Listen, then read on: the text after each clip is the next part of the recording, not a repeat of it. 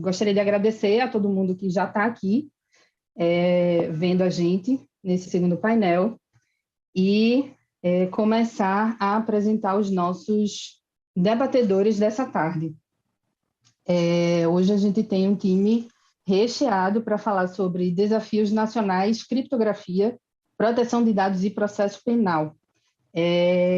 A gente vai fazer um formato de mesa redonda, né? Então, os palestrantes vão ter cada um entre 7 e 8 minutos para falar sobre as perguntas que a gente vai endereçar a eles, e aí depois a gente abre também para perguntas do público. Então, se vocês que estão aí nos assistindo tiverem perguntas nesse sentido para os nossos palestrantes, vocês podem mandar pelo chat ou pela caixinha de perguntas e respostas, esse Q&A que tem aí embaixo. Fiquem à vontade para mandar e a gente vai direcionar para os nossos debatedores à medida que forem chegando, certo? Então, para apresentar quem está aqui com a gente hoje, eu vou começar pela Ana Bárbara Gomes, que é pesquisadora do Instituto de Referência à Internet e Sociedade, o IRIS, onde integra as linhas de pesquisa sobre criptografia e direitos digitais e também no tema de inclusão digital. Ela é mestranda em Política Científica e Tecnológica na Unicamp e formada em Ciências Sociais pela UFMG. Obrigada, Ana Bárbara, por estar aqui com a gente hoje. Também Paulo Renat, doutorando em Direito e mestre em Direito, Estado e Constituição pela Universidade de Brasília. Foi gestor do processo de elaboração coletiva do Marco Civil da Internet no Brasil. É fundador do Instituto Beta Internet e Democracia, que é uma ONG que também é integrante da Coalizão Direitos na Rede. E ele é conselheiro sênior para criptografia no capítulo Brasil da Internet Society. Bem-vindo, Paulo. Obrigada por estar aqui. Karen Maxime, perdão, não sei se eu pronunciei correto, mas ela lidera o Policy and Law Enforcement Response Team, que é a parte do Trust and Safety Team do Zoom. No Zoom, ela é responsável pelos pedidos das agências de investigação, dos pedidos de relatórios de transparência por parte do governo e das políticas para o Trust and Safety Team. Bem-vinda, Karen. Obrigada também pela sua presença. E, por último, mas não menos importante, Gustavo Vilar, que é perito criminal federal da Polícia Federal, formado em processamento de dados e ciência da computação pela Associação Paraibana de Ensino Renovado, mestrando em perícias forenses pela Universidade de Pernambuco, coautor e revisor de livros sobre ciências forenses e criminalística. Obrigada também, Gustavo, pela presença. Então, gente, para começar, eu vou direcionar a primeira questão que a gente selecionou aqui para os nossos debatedores,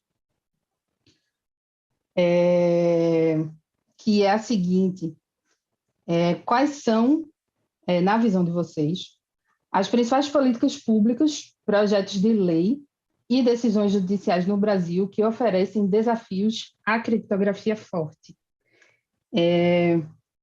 Quem quer começar? Acho que a Ana Bárbara pode começar essa.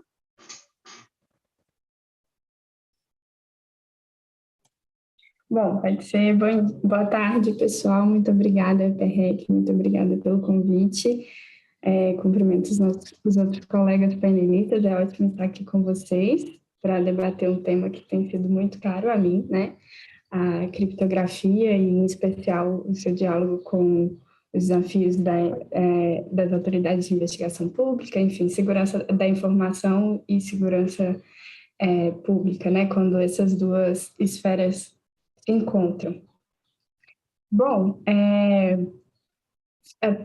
pensar quais têm sido os desafios da criptografia forte no cenário brasileiro, eu acho que nos remete a um desafio da criptografia forte a nível histórico, né? Que é um debate que não começa hoje, assim, nós já vimos esse debate acontecer em outros momentos, né? Em outros contextos, das chamadas Crypto Wars, o debate do Going Dark, e toda essa narrativa construída, né, em torno da potencial dificuldade que ferramentas de segurança da informação como a criptografia poderiam significar para execução, para a implementação das leis, e, enfim, para que os nossos sistemas democráticos funcionem, a persecução penal também funcione. Isso já aconteceu outras vezes e apesar de ter parecido pacificado por um tempo, a sensação que dá é que esse cabo de guerra não passou e que ele não sei se passará tão cedo, assim, porque eu acredito, na minha opinião, o cenário brasileiro de proteção à criptografia e incentivo à criptografia, ele é relativamente sólido. Nós temos bases legais e regulatórias para reivindicar a criptografia como um direito, seja na Constituição com o direito à privacidade, ao sigilo, à liberdade de expressão, e o Marco Civil, e depois com a LGPD. Então, acho que a gente tem um aparato regulatório que nos dá subsídio para o desenvolvimento da criptografia, o seu incentivo, mas, ao mesmo tempo, a gente passa por sucessivas investidas, especialmente investidas legislativas que tentam, né, colocar, de alguma forma, esse debate em xeque de novo. Assim, o próprio IPREC tem um estudo, né, do mosaico legislatório da criptografia, onde analisaram quais tinham sido os últimos debates nas casas legislativas brasileiras e como isso tem sido movimentado. E é um pouco esse o caminho, né? Apesar de termos sólidas legislações que nos fortalecem para o uso da criptografia forte, temos também investidas legislativas. E aí eu diria, em especial, o que tem estado no nosso radar, assim, a reforma do Código de Processo Penal, né, do CPP, que nos seus artigos 228 e artigo 305 podem oferecer um risco à criptografia forte, uma vez que eles pedem o provimento de assistência para interceptação para as aplicações, de forma que isso venha a implicar um backdoor, né, para acesso excepcional às informações criptografadas. E isso seria isso seria minar a possibilidade técnica de criptografia. E também estamos passando pelo longo debate do PL das fake news com rastreabilidade, que eu acredito que é um ponto que o Renan vai falar mais profundamente, com mais profundidade. E essas demandas por rastreabilidade também, para que elas se realizem, você precisaria ou da quebra da criptografia forte ou uma quebra que se chama quebra principiológica, né, que não se faz a nível técnico da criptografia, talvez você não quebre o código, mas você utiliza de ferramentas que contornam isso e ferem aquilo que, por primeiro, a criptografia se propôs a proteger, que era o sigilo, a integridade das informações. Então, eu acredito que esse debate volta e meia está ao nosso redor, e esse cabo de guerra entre as demandas de colaboração e acesso a informações privadas são latentes no nosso cenário, e eu acho que isso é um dos motivos da gente estar aqui hoje, né, de pensar como endereçar essas questões de forma que os nossos direitos digitais não regridam e que a gente possa pensar como avançar esse debate, para que segurança da informação e segurança pública não sejam vistos como pontos de choque, mas e sim pontos complementares. E eu acredito que esse é o nosso desafio, tanto a nível do debate, tanto a nível regulatório, de conversar com os nossos legisladores e as nossas autoridades, para que a gente possa avançar. E só para complementar, eu acho que nós também tivemos recentemente um reconhecimento, né, um passo à frente em prol da importância da criptografia com o julgamento do STF, dos bloqueios, né, e os votos dos ministros que muito claramente endossaram o direito e a importância da criptografia para a defesa da privacidade e dos direitos digitais. Então, eu acho que eu concluo por aqui e passo para a gente continuar conversando.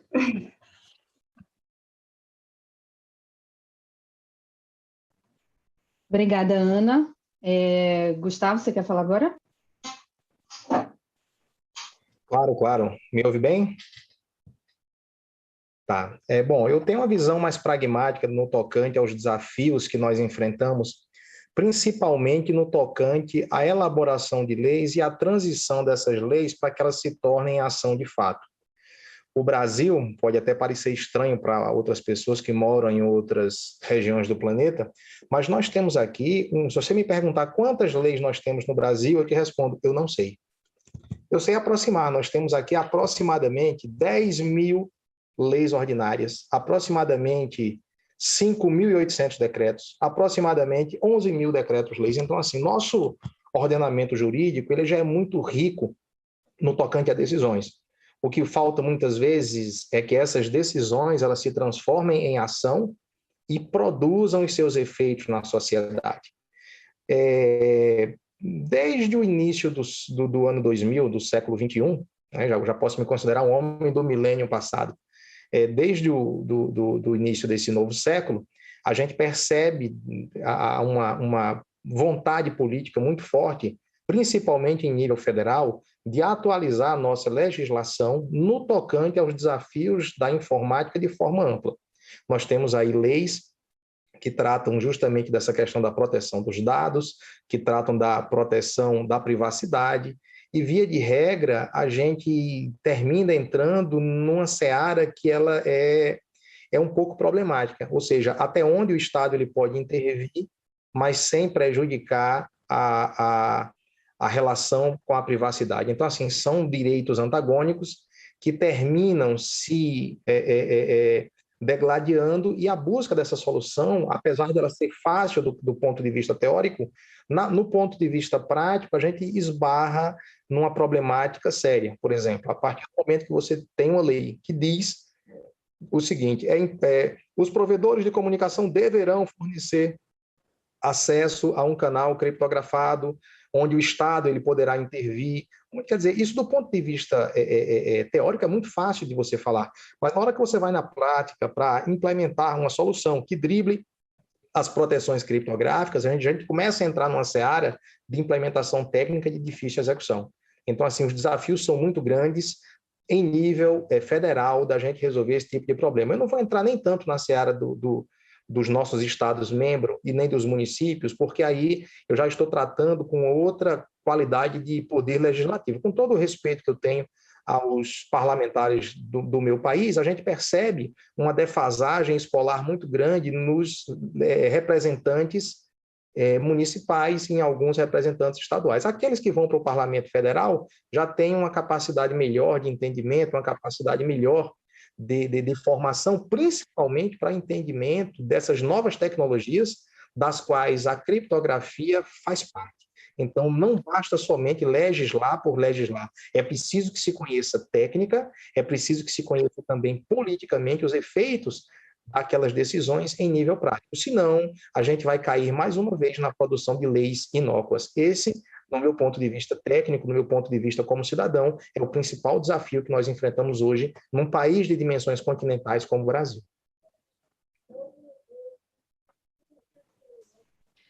Obrigada, Gustavo.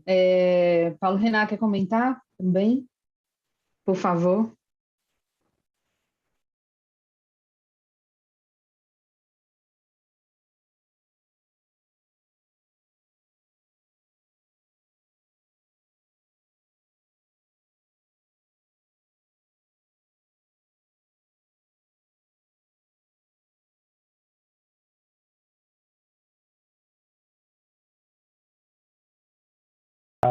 Das políticas públicas, projetos de lei, a gente tem realmente apenas um cenário assim, mais proeminente com relação a riscos e ameaças, né, no Brasil para a criptografia forte. Eu não consigo identificar nas ações propostas pelo poder público, seja do ponto de vista municipal, estadual ou federal, nenhuma política pública que, ao tratar da questão da criptografia, tenha incentivado a adoção de medidas de proteção, embora a gente encontre esse tipo de compromisso feito pelo Brasil, né, em documentos internacionais de direitos humanos. Também com relação aos projetos de lei, a gente tem, como foi apontado, muitas propostas normativas, né, atualmente em análise pelo Congresso Nacional, que tocam a questão da criptografia e outras técnicas de proteção das comunicações, e questões de privacidade, liberdade de expressão, liberdade de associação, que se colocam problemáticas, né, e até numa questão meio insólita, difícil de explicar para quem não acompanha a nossa tradição política, projetos de lei em relação aos quais nem mesmo o texto em análise é exatamente conhecido publicamente. Então, o projeto de lei de enfrentamento às fake news, conhecido como, né, projeto de lei de liberdade, responsabilidade e transparência na internet, que foi aprovado no Senado, e o texto que está em debate não é exatamente certo, né? A gente tem uma incerteza com a possibilidade de uma proposta de rastreamento das mensagens trocadas pelos aplicativos como o WhatsApp. E a gente tem 2 outros projetos que tangenciam a questão, né? Seja a mega reforma eleitoral e, mais proximamente, o projeto do novo Código de Processo Penal. E aí eu vou concordar e discordar, sendo um pouco mais radical do que o Gustavo, dizendo que, de fato, na prática, a gente verifica um furo, né, nessas propostas, porque elas não apresentam o que seria necessário do ponto de vista mais efetivo, que seria formular um mecanismo tecnológico que permitiria um acesso seguro a brechas inseguras, né, para a comunicação, o que na prática, de fato, a gente não tem tido nenhuma amostra de sucesso nesse tipo de tentativa. E eu discordo pontualmente do Gustavo, porque eu entendo que até mesmo teoricamente isso é inconsistente, né? Mesmo do ponto de vista conceitual, se você entende o que é criptografia e, como a Ana Bárbara colocou, né, e a premissa de que haja uma garantia de que apenas emissor e receptor legítimo vão ter acesso à mensagem, você não tem nem em tese a possibilidade de uma quebra da criptografia e a conservação da segurança nesse tipo de comunicação. Mas, em todo caso, são propostas que são verbalizadas, são expressas, e acho que é nesse sentido que o Gustavo estava colocando, né? E aí é fato puro de que a gente está passando mesmo por essa dificuldade no Brasil atualmente, tanto nos projetos de lei e pela falta de políticas públicas sistematizadas. A gente tem visto, né, diversos usos de ferramentas de segurança e muitos deles, enfim, falando de outras questões de proteção de dados pessoais, reconhecimento facial, mas que a gente pode perceber que a segurança pública, por exemplo, em que policiais, né, a gente tem visto essa prática, que pegam o celular das pessoas e pede que elas abram as senhas e permitam acesso a aplicativos, né, de forma ilegítima e ilegal, né? Isso é um problema prático dessas políticas públicas de segurança, né, bastante desregrado. Além de questões como Pegasus e contratação né, alegadas tentativas de hackeamento governamental. Mas quero, enfim, saudar, né, e prestigiar o que a gente tem de possivelmente favorável no cenário brasileiro, que são as decisões judiciais, na verdade, os votos que foram proferidos pela ministra Rosa Weber e pelo ministro Edson Fachin, nos 2 processos de controle concentrado de constitucionalidade, em que se analisam as decisões que exigiram a quebra da criptografia do WhatsApp para que pudesse haver a persecução penal, a investigação em outros contextos, né? Eram questões envolvendo crimes de tráfico de drogas, por exemplo. E essas decisões, esses votos, finalizaram a proteção da criptografia, né? E a legitimidade desse uso e a inexigibilidade de que houvesse uma fragilização imposta às empresas. E aí eu quero ressaltar a importância desse painel, em que a gente não só conta, né, com um integrante do poder público podendo fazer esse diálogo com a gente, mas também saudar a presença da Karen Maxim por se tratar de uma empresa, né? E a gente não pode deixar de ressaltar a importância dessa perspectiva holística, dessa perspectiva mais ampla porque soluções individuais não têm como prosperar diante de políticas públicas, projetos de lei ou quaisquer outras medidas estatais que imponham às empresas que haja uma fragilização da criptografia ou de qualquer outra medida de segurança. Então, é muito importante também a gente poder contar com a vocalização desses perigos por parte não só do Facebook, nas tecnologias utilizadas no WhatsApp, mas também no Zoom, que também é uma plataforma bastante popular no Brasil e em outras partes do mundo, e, claro, sempre que possível para quaisquer outras empresas que também, sempre que puderem, ressaltar a importância desse tipo de proteção, não apenas como um modelo de negócio, mas como um ambiente de efetivação, né, de direitos humanos. Acho que essa é a primeira contribuição que eu quero colocar e, claro, fico também à disposição para a gente aprofundar na questão da proposta da rastreabilidade, tão polemizada no âmbito do projeto de lei de fake news, mas a questão mais sensível nesse momento, acho que antecede a gente entender que ela nem está exatamente formalizada. E acho que isso é rir para não chorar. Mas é isso. Essa é a minha primeira participação. Agradeço a atenção. Obrigada, Renan. Eu queria passar a palavra também agora para a Karen fazer os comentários dela, mas só para contextualizar, a Karen, ela trabalha no Zoom e ela está nos Estados Unidos. Então, como ela está num contexto um tanto diferente do nosso, né, a gente pediu para ela também antecipadamente para que ela pudesse fazer, no que for possível, claro, assim, uma espécie de contextualização da situação desses debates nos Estados Unidos e uma tentativa de comparação com o que a gente tem aqui no Brasil hoje, né? Todas essas questões que já foram levantadas por Ana Bárbara, Renan e Gustavo em relação a esses projetos de lei que a gente vem discutindo, né? O PL das fake news, o Código de Processo Penal, e também sobre os votos proferidos nas ações que estão tramitando no STF sobre os bloqueios do WhatsApp. Então, Karen, a palavra é sua para você fazer os comentários também. Hi, nice to... Que bom, é bom estar aqui, é um prazer estar aqui. Antes de eu responder as primeiras perguntas que a Raquel enviou, eu gostaria de dar um pouco mais sobre o Zoom e a criptografia e de onde eu vim. Eu vim para o Zoom de uma pequenina startup chamada Keybase, que tinha 25 pessoas, e Keybase fez um produto que era Slack e Dropbox misturado em um, e basicamente encriptografado mais ou menos os dois juntos. É uma plataforma que era uma maneira de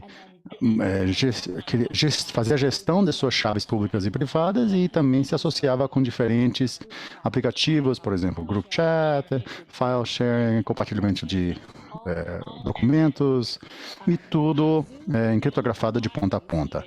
Zoom comprou o Keybase em 2020, em maio, e eu diria a razão porque eles não compraram era para trazer nossos engenheiros de criptografia, eram 23 dos nossos 25, para o Zoom, para ajudar e uma criptografia de ponta a ponta. E fizeram isso de maneira muito rápida, e agora, para as reuniões Zoom, temos criptografia de ponta a ponta, e eu acredito que o Zoom Phone também existe. Os clientes também terão isso de ponta a ponta, e esses diferentes engenheiros continuam trabalhando aqui na Zoom e agora estão criando um futuro melhor para a oferta de ponta a ponta de encriptografia. Quando eu vim a Zoom, eu fiquei responsável basicamente a tudo relacionado que não fosse programação, tudo de planejamento, de offsite, de respostas das forças policiais, responder às ameaças da criptografia. E o que me consumiu muito foi nos Estados Unidos o Senado EarnIt.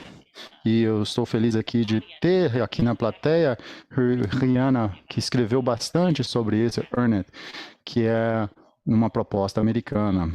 Então, no Zoom agora, nós temos um grupo de pessoas, como o Nicolas Andradas, que está aqui também, que é nosso especialista no Brasil para as relações governamentais, e temos aqui também, no mundo todo, prestamos atenção às ameaças que existem para a criptografia de ponta a ponta. Isso é muito importante para a gente, investimos muito dinheiro nisso, os nossos usuários demandaram isso, e é muito importante para nós olharmos para qualquer notícia relacionada a isso.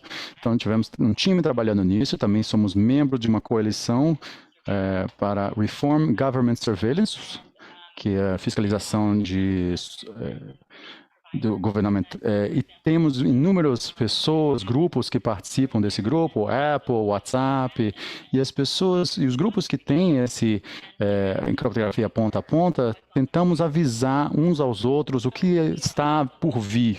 Então, trabalhamos com muitas propostas, por exemplo, vindas do Brasil, especialmente propostas que requeriram Zoom fornecer conteúdo não criptografado para as forças policiais. Então, temos que tentar garantir a responsabilização, porque criaria um mecanismo de responsabilização para o Zoom. Tentamos analisar as leis que nos requereriam a dar acesso às reuniões de maneira detectada ou não detectada. E também tem outra categoria aqui que estamos aqui analisando, que nos requeriria a ter um funcionário na jurisdição para receber pedidos e reclamações a respeito do Zoom. Estas leis parecem um pouco neutras assim, inicialmente parece muito óbvia. Por que não ter alguém em loco para responder às autoridades brasileiras, né? Só que a interpretação mais perigosa dessas leis aparentemente neutras dão aos governos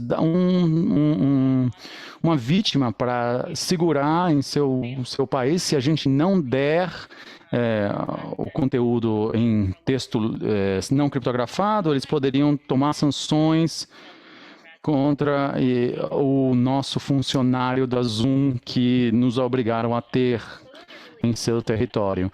Então, essas são as leis que estamos avaliando e analisando. Nós prestamos muita atenção a esse tipo de coisa, conversamos com os nossos parceiros e nossos outros responsáveis e estamos acompanhando isso em todo o mundo. Obrigada, Karen, pela contribuição. Foi ótimo saber também de todas essas iniciativas do Zoom. Pessoal, acho que eu vou passar para a segunda pergunta, que ela também fala um pouco sobre o processo penal e os métodos de investigação e toda essa discussão que a gente vem tendo atualmente no Brasil em relação aos projetos de lei que já foram falados aqui, né, na primeira rodada. Então, a segunda pergunta seria: como o processo penal pode harmonizar métodos de investigação com um regime protetivo aos dados pessoais, à criptografia, e ainda assim ter sucesso em modernizar as investigações criminais? E a gente sabe que essa também é uma demanda e é uma discussão que é posta entre as forças de investigação, as autoridades de investigação. É uma tentativa de modernização dessas investigações criminais, até para que sejam utilizados ferramentas mais assertivas, né, no combate ao crime e nas investigações criminais como um todo. Então, assim, eu queria começar com o Gustavo dessa vez, pode ser? E aí depois a gente vai passando a palavra para os demais.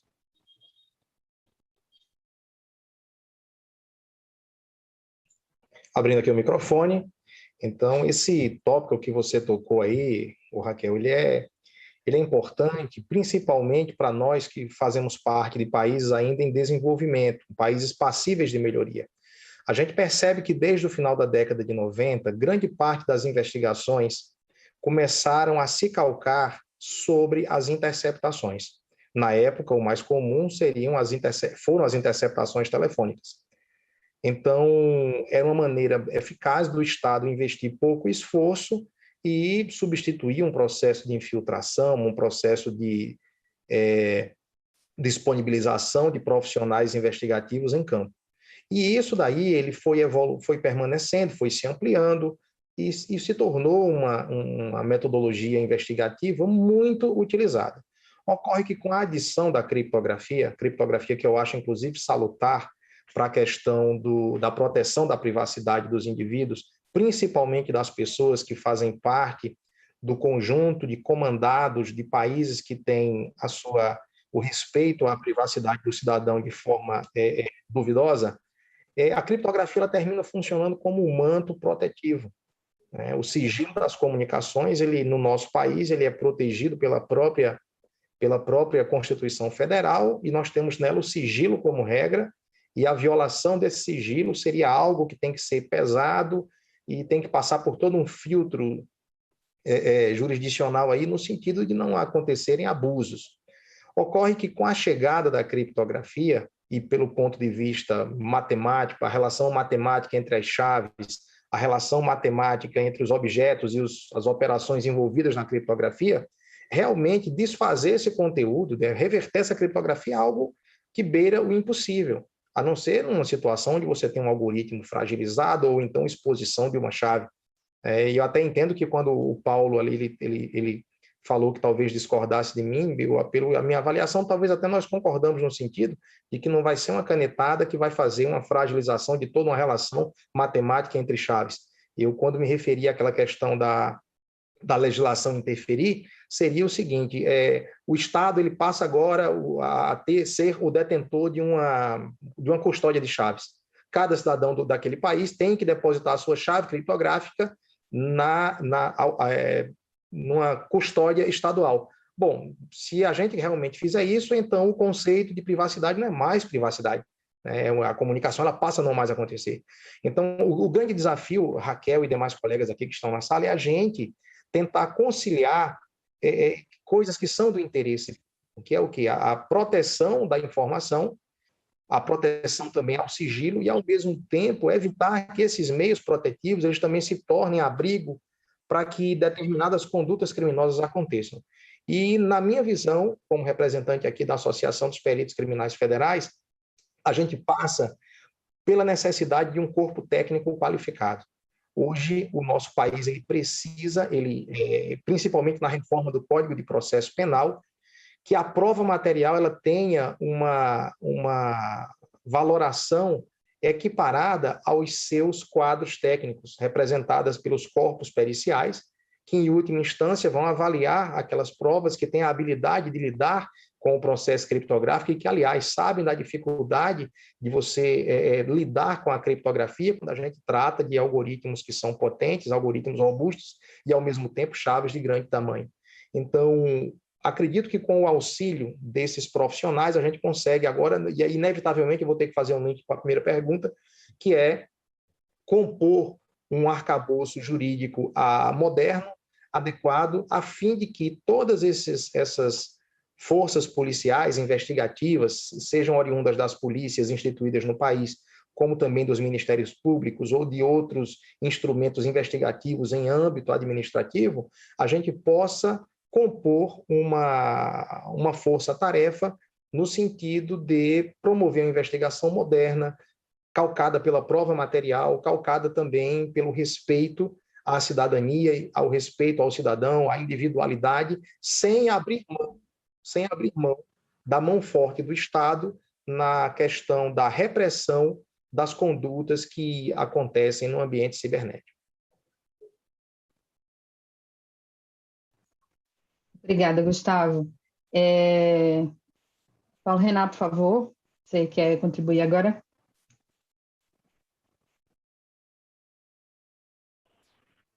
Ok.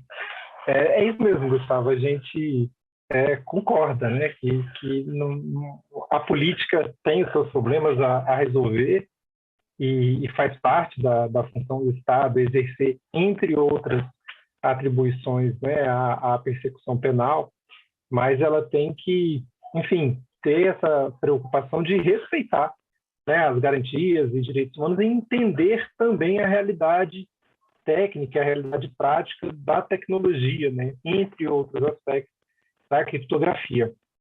E abordando a questão, então, Raquel, sobre, né, como o processo penal pode harmonizar, né, e essas formas de investigar com respeito, né, à questão dos dados pessoais, que é uma novidade na história do nosso ordenamento jurídico no Brasil, com a proteção, a defesa e a promoção da criptografia, e ainda assim usar, né, de investigações criminais.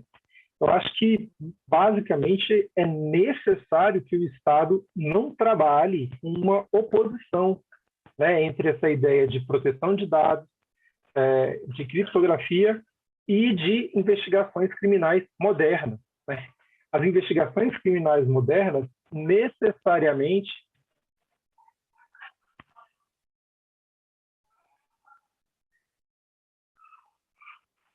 I'm sorry. Alguém com o microfone aqui, peraí. I guess Nicholas has the open mic.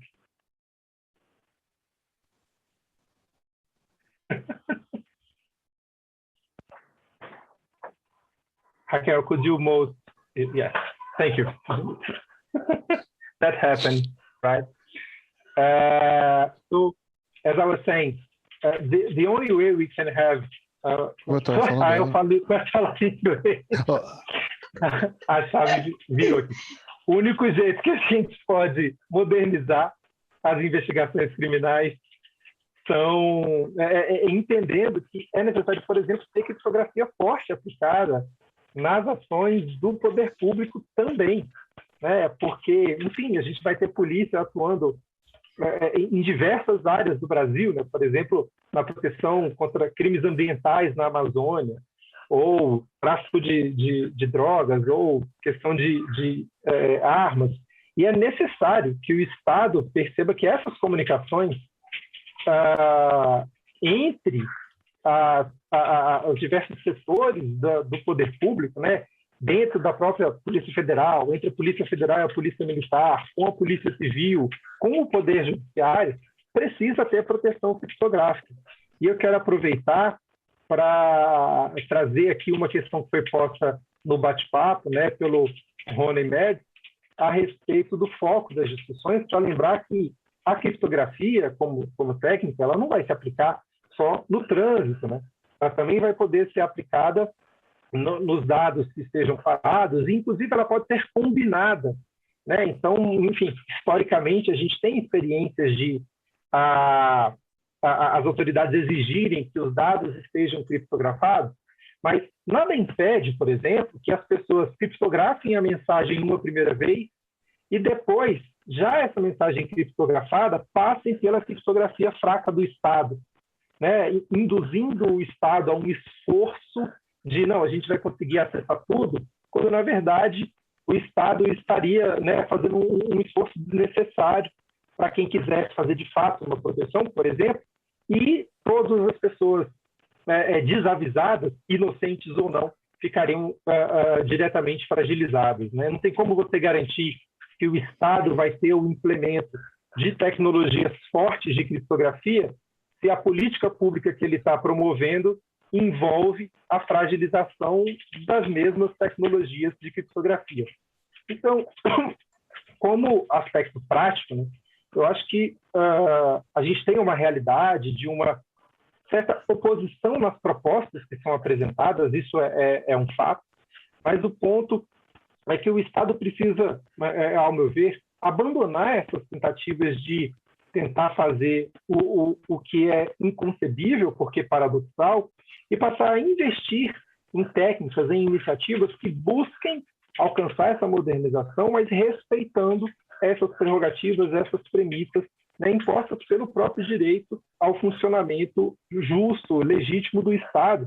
E, abrindo um parênteses também, um funcionamento que não prejudique a economia, um funcionamento que não prejudique a confiança na internet, né, que não tenha efeitos outros além das questões diretamente jurídicas. Então, eu quero me referir brevemente a um documento já de 2018, né, produzido no âmbito da ONU, pelo relator especial sobre a promoção e a proteção dos direitos à liberdade de opinião e expressão, né, um relatório, o 3835, para quem for procurar a referência, um relatório produzido no âmbito do Conselho de Direitos Humanos e que traz recomendações, entre outras, para que os estados abram mão de qualquer lei que criminalize ou que deslegitime as formas de expressão protegidas, né, e que as regulações passem a ser inteligentes e que não sejam unidirecionais, focadas, né, em garantir a transparência das empresas, né, e permitir que as escolhas públicas possam ser feitas em debates democráticos, em que haja efetiva participação, e não em debates apressados, por conta de situações pontuais, em que tenha havido alguma situação de violação, né, em que haja um clamor popular pela solução de um determinado crime, né? Então, o Estado tem que evitar estabelecer qualquer lei ou arranjo que possa exigir um monitoramento proativo ou uma filtragem de conteúdo, porque os dois são inconsistentes, tanto com o direito de privacidade, de liberdade de expressão, como são prováveis causas, né, de censura, censura autoimposta, né, antes da publicação por parte tanto das empresas privadas quanto dos próprios indivíduos, né? Então, em vez de adotar um modelo regulatório por meio de agências,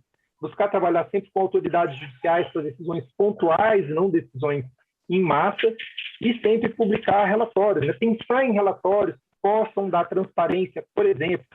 E aí aqui já encerro minha fala, a gente não sabe no Brasil, por exemplo, hoje, quantos crimes não foram solucionados em razão de uma dificuldade supostamente decorrente da criptografia, né? Olhando para o todo dos crimes que o Brasil não solucionou.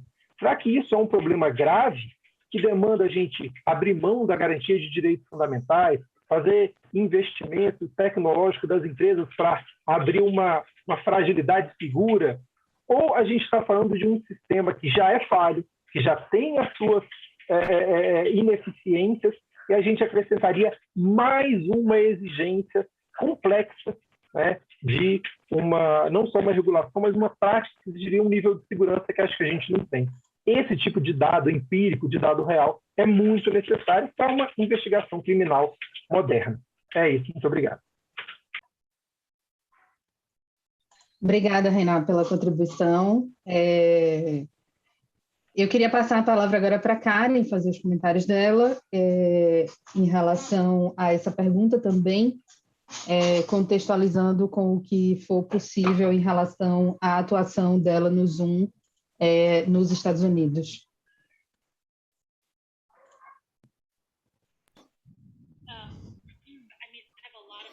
Sim, eu tenho pensei bastante sobre esse assunto de como as forças policiais trabalham juntamente com as empresas, baseadas em nuvem, né? Mas também como os pedidos que eles fazem são quando o produto é criptografado ou não, ou TLS, criptografia TLS ou não.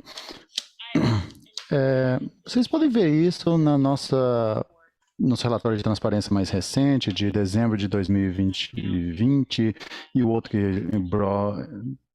talvez em mais algumas semanas fale sobre os relatórios desse início deste ano. Mas a maioria dos nossos pedidos de dados relacionados ao metadados. E nosso relatório, e o último relatório, podemos ver quantas vezes entregamos. Eu acho que foi 0 ou perto de 0. O último foi 0, eu acho que desta vez foram 1, talvez, mas em menos de 10, de centenas e centenas de pedidos. A razão disso é que o produto, da maneira que foi feito o produto Zoom, né? Então nunca temos um relatório do conteúdo das empresas se não foi gravado. Se não foi gravado, então não temos nada a dar, se não foi gravado. Agora, se for gravado, então o host, se eles gravado em no seu computador local, então o Zoom não tem acesso, mesmo que esse documento, esse arquivo exista, eles vão ter que chegar ao computador da pessoa. O que eles podem pedir, a única maneira seria, e nós daríamos a eles, se seja um pedido legítimo pelas forças policiais, né? Se for gravado e gravado na nuvem. Então, essa é a única razão pelo qual raramente temos que fornecer conteúdo e material para as forças policiais. Mas a questão é que eles pedem dados de metadados para empresas como o Zoom bastante. E eles podem usar esses metadados para, bem efetivamente, e eu vou colocar aqui um vídeo, um link do YouTube que foi gravada pelo Mike Lee, de como nos Estados Unidos as forças policiais conseguem processar os casos baseado apenas no metadados. Em muitos casos, por causa do pedido que chega ao Zoom, as forças policiais estão apenas querendo informação de quem estava presente na reunião. E quando a reunião ocorreu, e outros metadados e outras informações sobre as pessoas presentes nas reuniões. E então, essa é a maneira com a qual o Zoom interage com as forças policiais sobre esse assunto. Então, algo que é perdido um pouco nos debates em relação às criptografia é que o entendimento de que se você não puder dar dados, então as forças policiais então não tem mais o que fazer. Isso não é verdade. No questão de computação na nuvem, isso é uma das ferramentas. E ano passado, se você tivesse algum interesse sobre a comunicação, você teria que ir no usuário, por ela mesma, descobrir, quebrar sua porta e entrar no local. E eles podem agora ir para empresas com armazenamento na nuvem e pegar informações sobre isso de maneira centralizada. Serviços de dados na nuvem, e pegar muitos dados sobre o usuário. Então, existe muito do que das empresas, quando as empresas podem notificar usuários e podem notificar, se podem notificar dados, os usuários sobre o pedido da polícia sobre isso. E nos Estados Unidos tem leis que impedem nós de fazermos isso, informar os usuários que a polícia pediu os dados dele, mas um pouco isso é abandonado num debate a respeito das necessidades das forças policiais. Talvez seja mais difícil para alguns crimes não tendo conteúdo suficiente, mas concordo que seja muito mais fácil conseguir os dados em geral por causa de computação em nuvem, com certeza. Obrigada, Karen. Tem duas coisas que ela falou aí que sempre aparecem assim, nesses debates, quando a gente está falando de investigação criminal e principalmente ameaças à criptografia, que é a questão dos metadados, né? Já há não diria um consenso, mas já há um direcionamento de que essas investigações podem ser conduzidas através dos metadados. O conteúdo das comunicações, como normalmente é requisitado, né, pelas autoridades, ele agregaria pouco a esse cenário diante do que os metadados podem fornecer de informação aos investigadores. E também, eu acho que uma questão bem pertinente que Karen tocou é sobre a informação aos usuários, né? Os usuários serem informados quando uma autoridade policial requisitou esses dados a uma empresa, né? É algo que eu acho que a gente vem tentando discutir aqui no Brasil, principalmente dentro do contexto do anteprojeto de lei geral de proteção de dados penal, né? A chamada LGPD penal, mas que ainda não foi...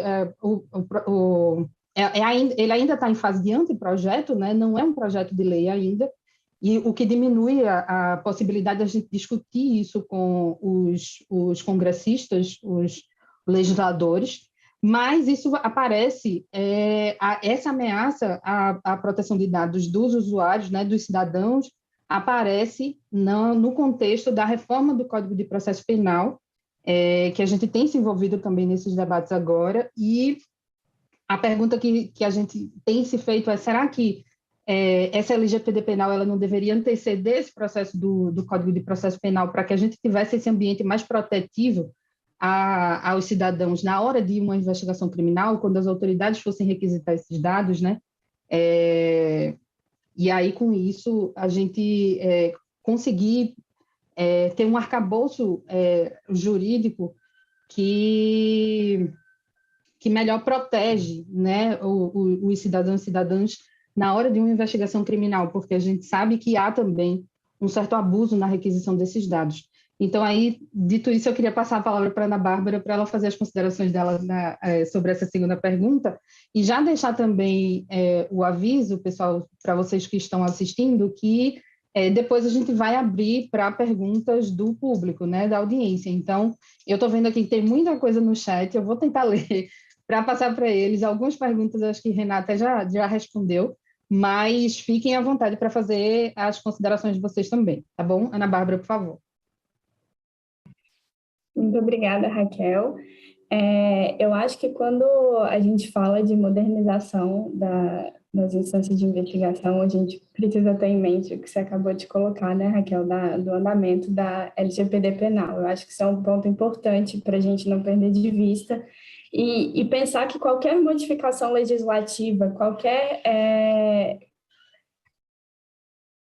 instrumento que venha modificar a forma como a criptografia pode funcionar, ou que potencialmente modifique os direitos digitais, ou o equilíbrio do ecossistema digital, isso precisa ser debatido com o tempo, isso precisa ser debatido com os múltiplos setores que estão envolvidos na governança da internet.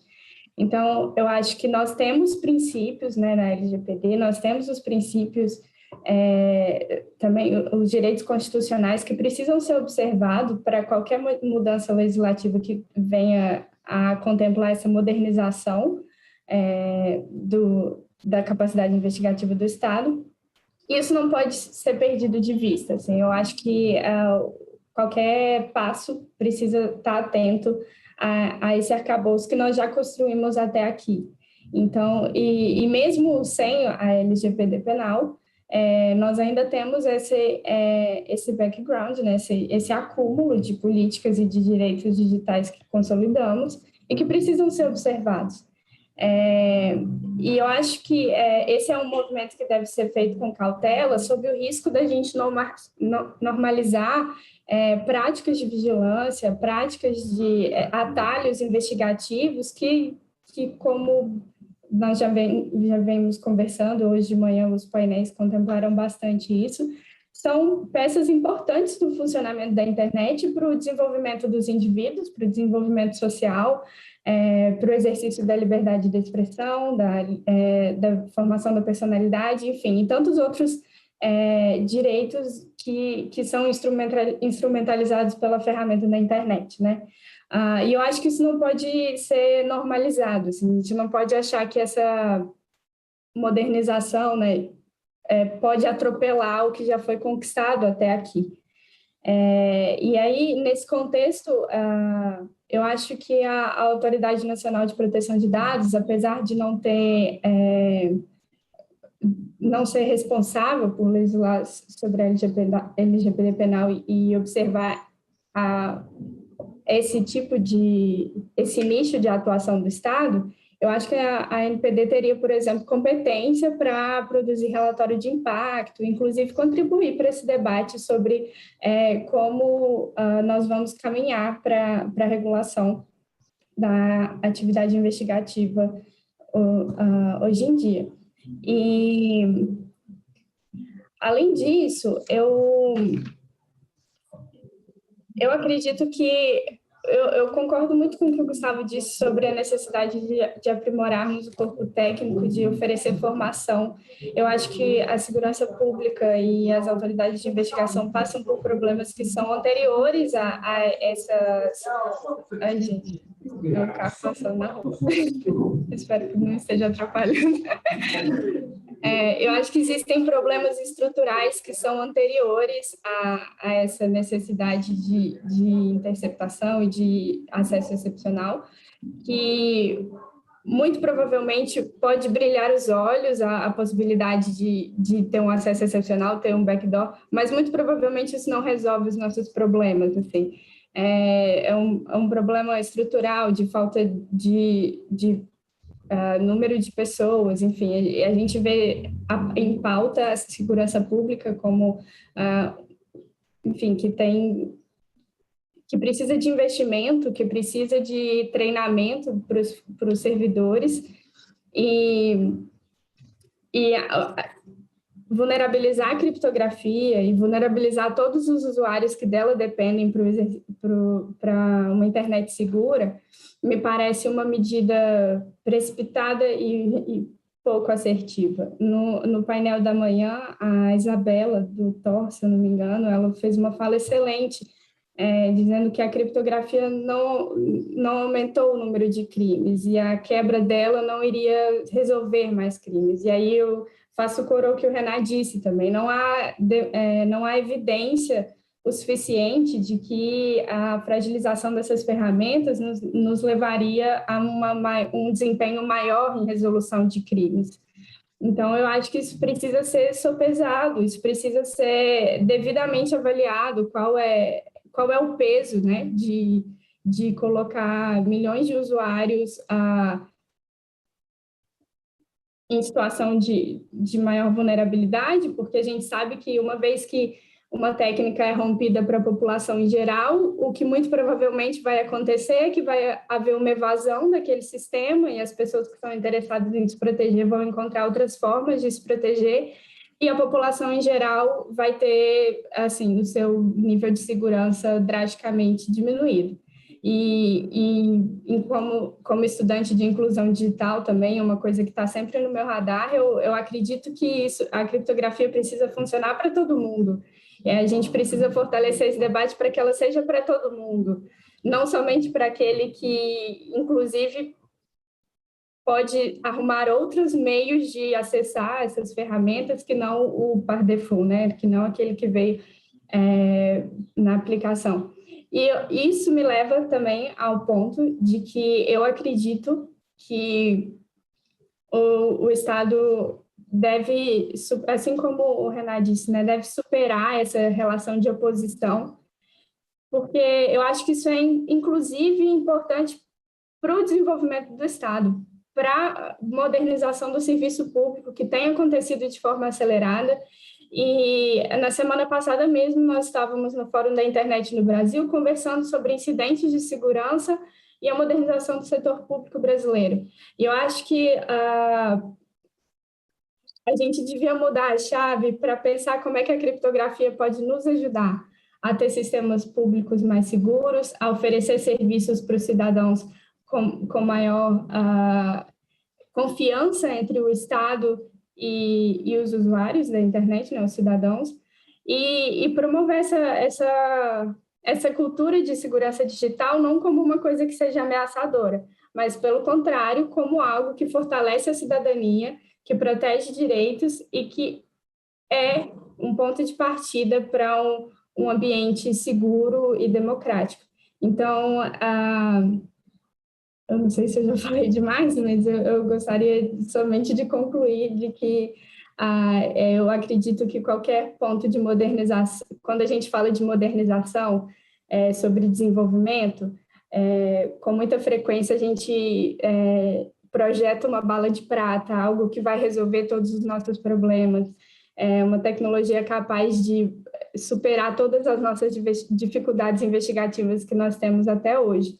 E eu tenho muita certeza que esse não é o caminho e que esse debate precisa ser feito com atenção às diferentes nuances e às diferentes os direitos que estão envolvidos, as pessoas, as capacidades individuais e coletivas para o nosso desenvolvimento.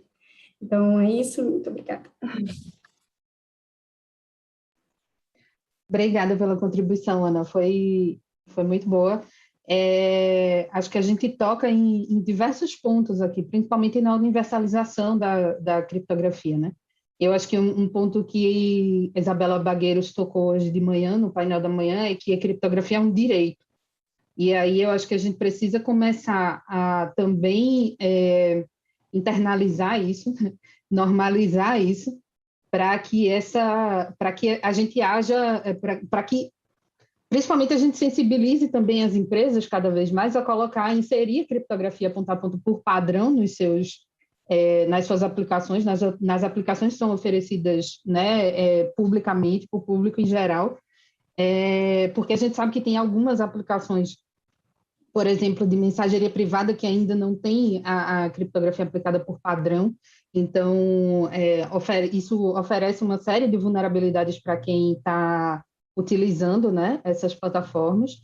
E, além de tudo, a criptografia, ela não é usada só, entre aspas, para proteger as mensagens que a gente troca, ou essa própria conversa aqui que está sendo transmitida com o uso de criptografia, mas, enfim, para assegurar serviços essenciais, né? Serviços que a gente considera que hoje a gente não conseguiria viver sem eles. Por exemplo, a segurança da rede elétrica que a gente utiliza, a segurança das transações bancárias que a gente faz.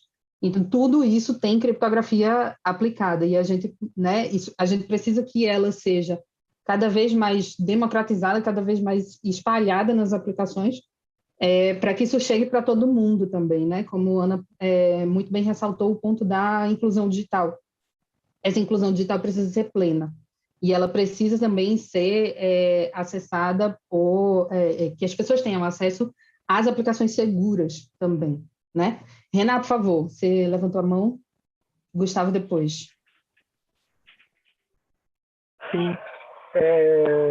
Eu tinha pensado num ponto e acabei deixando passar. Acho que a sua fala, Raquel, me ajuda a radicalizar o posicionamento, pelo menos o meu posicionamento, com uma alegoria que eu acho pertinente, já falei dela outras vezes, que é de a gente pensar na quebra da criptografia como uma analogia à tortura. A gente pode imaginar, pelo nosso histórico particularmente nacional, né, de atuação das forças policiais, em que talvez no mundo prático os policiais possam ter muita dificuldade em atuar sem violar a integridade física, né, de suspeitos e até de pessoas presas e condenadas, né, em que o policial não poderia, né, não é só pendurar as pessoas por aí e aplicar choques elétricos e etc., né, enfim, que a gente sabe que não está só na ficção ou nos documentários sobre eventos passados, né? Acho que o caso Evandro, bastante famoso, mostra muito esse tipo de atuação bastante problemática, para dizer o mínimo, e que continua acontecendo, né? A gente tem notícias bastante recentes sobre torturas desse tipo.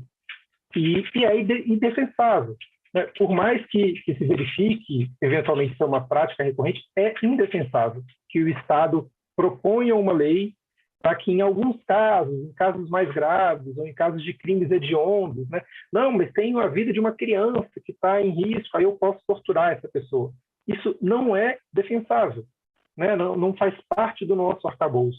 Eu entendo que a quebra da criptografia deveria ser elevada a esse mesmo patamar, né? Então, também faço coro a essa proposta, essa perspectiva da Isabel Bagueiros a respeito de reconhecer a criptografia, o uso legítimo da criptografia como um direito, né, um direito humano fundamental, análogo à integridade física, para esse fim, né, dessa explicação para fácil entendimento de como a gente deveria encará-la, como o Estado deveria respeitá-la de forma a levá-la a sério. É isso.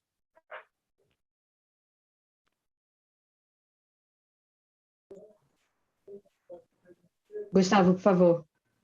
Opa, eu abaixei aqui a mão. Parece até que a gente combinou aí, ô Renato, de falarmos sobre o mesmo assunto, porque o que eu vou tocar aqui pega exatamente um gancho nas colocações que você acabou de fazer.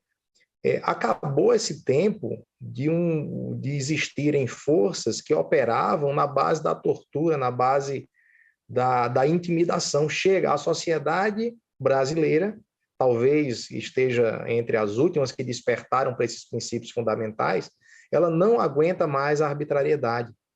A sociedade brasileira, ela cansou de truculência. Então, é preciso que nós tenhamos uma prova forte, uma prova técnica, uma prova baseada em conhecimento, e não naquilo que é falado, e não naquilo que é dito, principalmente nas situações de tortura. Porque debaixo de tortura, a pessoa tomando choque, tendo ali os seus direitos mais fundamentais violados, ela vai falar tudo o que ela sabe e o que ela não sabe. Porque o que interessa é fugir do ambiente da dor, não é mais de se falar a verdade. Não é porque o indivíduo está sofrendo um açoite físico que isso aí vincula a uma espécie de soro da verdade, muito pelo contrário. A busca é a fuga da dor e não o compromisso com a verdade. Então, a verdade ela só é obtida nos meios investigativos através de uma prova material de qualidade, de uma prova pericial de qualidade, e não somente de elementos probatórios de baixa profundidade, que muitas vezes confundem mais do que ajudam. E voltando ao primeiro gancho, que era onde eu queria ter começado o discurso, mas eu estou fazendo aqui de trás para frente, pela fala do Renato ter sido aí a mais, a melhor para encaixar aqui o meu contexto, é aquilo que você falou, Raquel. Quando a gente ouve de falar em criptografia, não se trata somente de tornar algo inteligível em algo ininteligível, muito pelo contrário.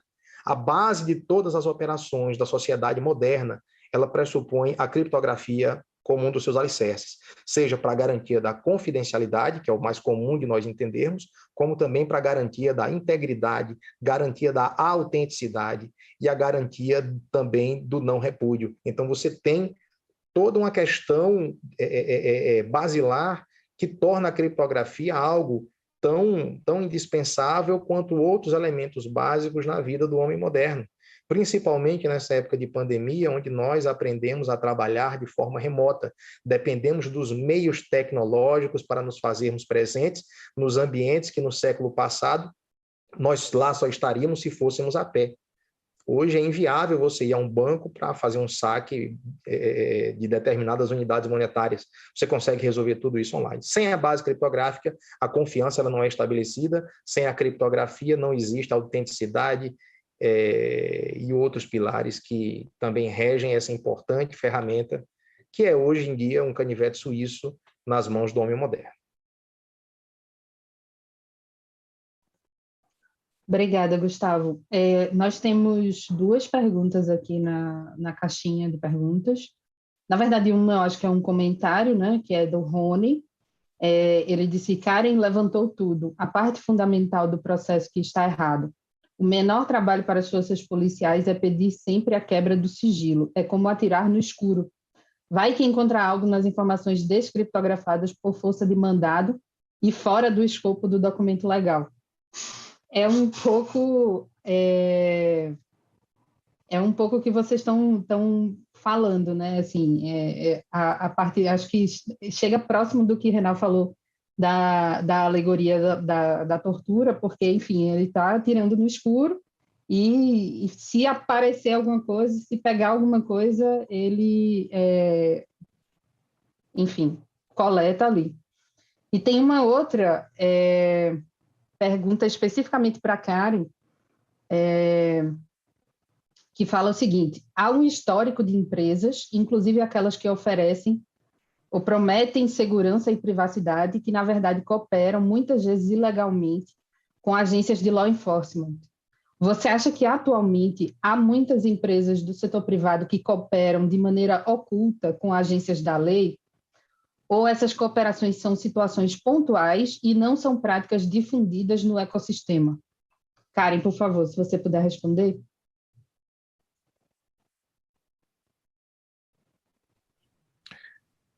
Eu vou responder em inglês, porque eu usei o Google Translate para descobrir o que dizia. Bom, eu só posso falar pelo Zoom, tá? Todas as vezes que se é pedido informação de usuários pelo governo, bom, ela deve vir pelos processos específicos. Então, vem de lá de jeito centralizado, tem que preencher todos os requisitos legais e depois eles devem seguir todos os processos do nosso guia, das nossas diretrizes. E além disso, a gente vai um passo além e nós escrutinizamos todos os pedidos para assegurar que eles não sejam... Bom, a gente não quer responder aqueles que parecem motivados politicamente ou um pretexto para alguma outra coisa que, além de ser válido nos países que ele vem, a gente também tem nossos próprios padrões que nós aplicamos.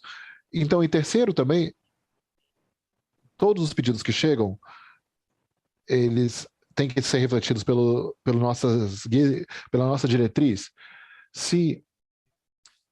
O nosso relatório de transparência. Se uma empresa publica isso, você pode ter pelo menos alguma segurança de que ele tem práticas decentes em relação a esses pedidos governamentais de informação. Se uma empresa não tem um relatório de transparência que mostra esses pedidos, então parece começar a haver uma padronização em relação a relatoria de transparência de pedidos do governo, graças ao trabalho de benchmarking. Existe um guia da Brookman que fala sobre isso, que mostra que esses relatórios de transparência são muito padronizados. Mais uma vez, eu só posso falar pelo Zoom, infelizmente, e as nossas práticas são todas seguindo dessa forma. Mas se você focar em as empresas que têm relatório de transparência, esse é o melhor caminho a seguir. Obrigado. Obrigada, Karen. Gente, eu estou vendo que tem muitos comentários aqui no chat, mas alguns já foram até respondidos. Eu queria saber se tem alguém mais que tem alguma pergunta a mais para fazer para os nossos debatedores. Fiquem à vontade. Tem muitos comentários sobre o que os debatedores já iam falando na hora do... Lohane, não consegui assistir a todo o painel, gostaria de saber se vai ficar disponível para assistir. Lohane, não sei como te dar uma resposta muito precisa agora, mas eu creio que sim. A gente depois vai... Isso, Diego falou aí no chat, está disponível no isaac.live, vai manter os vídeos registrados. Você pode assistir depois. E teremos as gravações tanto em português quanto em inglês, certo?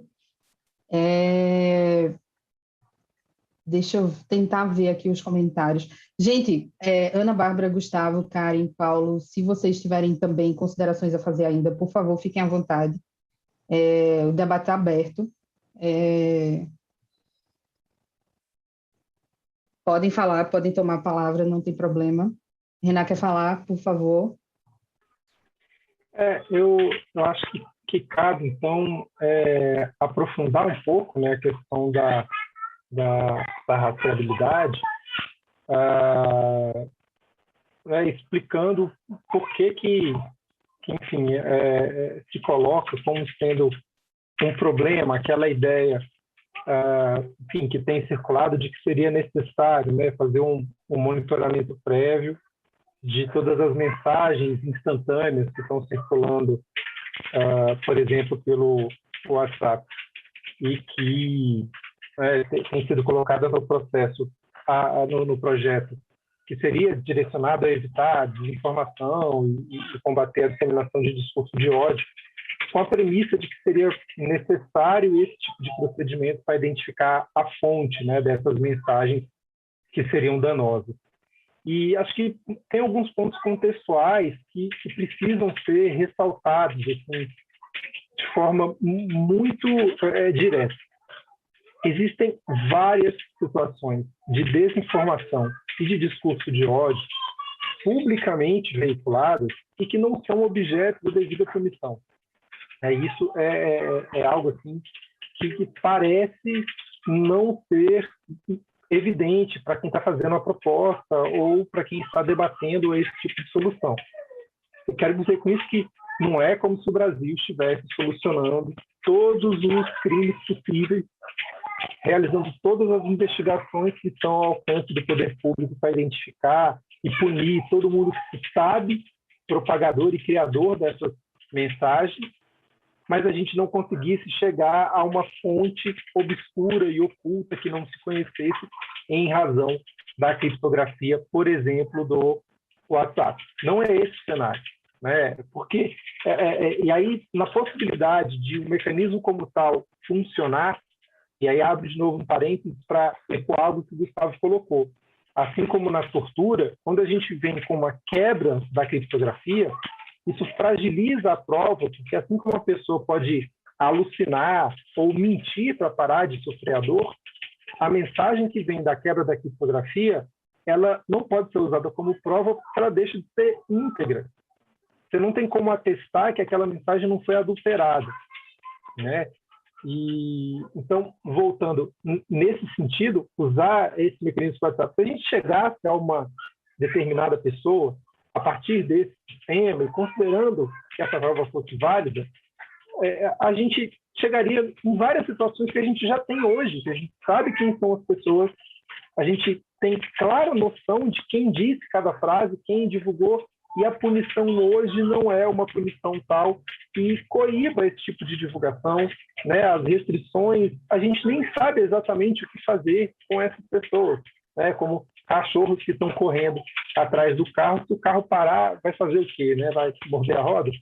Então, se a gente descobrir, por exemplo, que quem está, né, fazendo essa divulgação é o presidente Bolsonaro ou um presidente de um partido político, né, sei lá, o presidente do PT ou o presidente do Supremo Tribunal Federal, o que vai ser feito? A gente vai remover todos os perfis de todas as redes sociais, a gente vai apagar todas as mensagens, a pessoa vai ser presa. O que vai ser feito? Não tem uma resposta. E esse é o tipo de coisa que a gente tem que pensar antes de criar toda uma fragilidade. E essa rastreabilidade, né, há vários documentos que vai explicar tecnicamente como ela é inviável, mas acho que na prática tem que ser percebido que a proposta que veio apresentada ano passado, que foi submetida ao Senado, envolvia a ideia de um monitoramento constante de todas as mensagens de todo mundo, né? Não por todo o tempo estipulado na lei, mas por tempo suficiente para verificar se naquele período de 15 dias aquela mensagem se tornaria viral e aí ela traria o interesse em saber a fonte daquela mensagem. Esse tipo de exigência colocaria todas as pessoas, antes de elas serem suspeitas ou antes mesmo de se verificar a ilegalidade, sendo monitoradas e vigiadas em massa, sistematicamente, sem, né, qualquer tipo de fundamento no direito que a gente conhece. Essas são questões que são insuperáveis, né, e que são colocadas como se fosse um problema menor, que pudesse ser resolvido com tecnologia, né, um certo fetiche de uma transparência tecnológica diante de uma clara situação de violação de direitos, né, e a gente deveria, né, todo momento gritar que isso está errado, isso é absolutamente inaceitável e voltar nossos esforços para outros caminhos, outras medidas que de fato pudessem trazer algum resultado mais eficiente.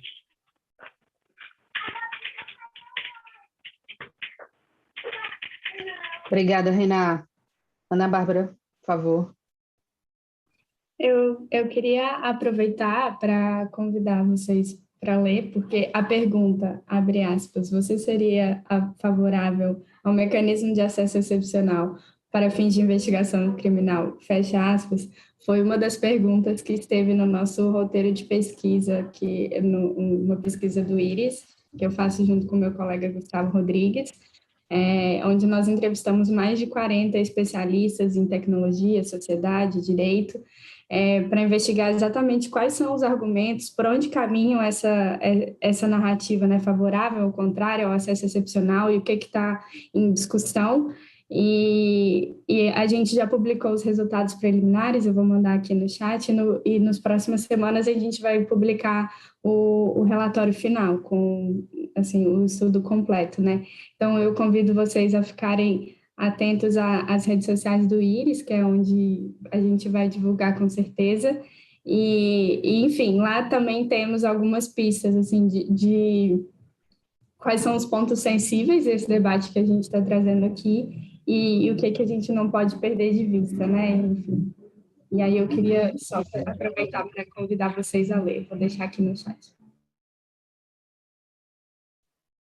Obrigada, Ana Bárbara. Essa pesquisa de vocês é um material riquíssimo também, que a gente tem que ter atenção e ler e divulgar e, enfim, começar a, inclusive, aplicar o que vocês vêm debatendo também, né? Gente, tem mais uma pergunta aqui no... Deixa eu ver. Tem mais uma pergunta aqui na nossa caixinha que pergunta o que esperar de relevante para a criptografia em 2023. Se vocês quiserem responder também, fiquem à vontade, quem quiser responder. Ana Bárbara, tu levantou a mão agora ou estava da outra vez? Ah, tá, ok. Não, só esqueci de abaixar. Tá bom. Alguém quer responder essa pergunta o que esperar da criptografia? Oi. Oi, Gustavo, por favor. O que esperar da criptografia em 2023? Bom, quando se trata de informática, qualquer previsão de curto, médio ou longo prazo, historicamente, ela tende a errar. Algumas previsões que foram feitas no passado, elas pegaram um caminho, uma contramão, uma bifurcação completamente diferente. Mas, assim, o que esperar da criptografia daqui para frente? A criptografia, com certeza, a cada evolução, a cada momento em que nós nos modernizamos em nossos comportamentos, ela vai fazer parte, ela vai se tornar uma ferramenta indispensável na vida do homem moderno. A minha mãe, Dona Nadir, ela faz agora em setembro, ela é de 1941, fará 80 anos de idade. Um belo dia ela pegou meu computador e clicou no botão ativar BitLocker. Então, assim, minha mãe, ela já utiliza a criptografia mesmo sem ter a consciência de que está utilizando. Existe uma previsão muito forte da chamada criptografia quântica, mas isso aí ainda estamos passando por uma fase meio incipiente, onde o conceito de computador ele precisou ser distorcido como uma máquina de utilização genérica para uma máquina específica, para que ali fosse aplicado. Então, vivemos o duelo das grandes gigantes IBM e Google no tocante aí, a ver quem é a primeira a colocar a bandeira na grande revolução, que seria a computação quântica, que, por sua vez, vem junto à criptografia quântica e por aí vai. Então, o que eu posso dizer para vocês esperemos que a criptografia se torne um instrumento cada vez mais presente no nosso cotidiano. Afinal de contas, com essa integração dos objetos dentro de nossas casas, através do que nós conhecemos como internet das coisas, é necessário que esses mecanismos eles também tenham um mecanismo de segurança. Afinal de contas, as nossas vidas com os nossos objetos, elas passam a ser cada vez mais integradas. E nada melhor do que a criptografia para manter novamente aqueles pilares que eu falei no início da comunicação, que são a confidencialidade, integridade, autenticidade e não repúdio. Obrigada, Gustavo. Eu até usei a tua resposta para colocar um link aí de um texto que foi escrito no blog do Hiperrec no ano passado por José Paulo, que é um dos nossos diretores, que está fazendo doutorado justamente nessa área de criptografia quântica. Então, ele escreveu um textinho aí para o nosso blog, se vocês quiserem dar uma lida para saber mais ou menos o que é que significa. É um pouquinho complicado, não vou mentir, mas eu acho que é algo que a gente tem que ficar ligado também para os próximos anos. Aí.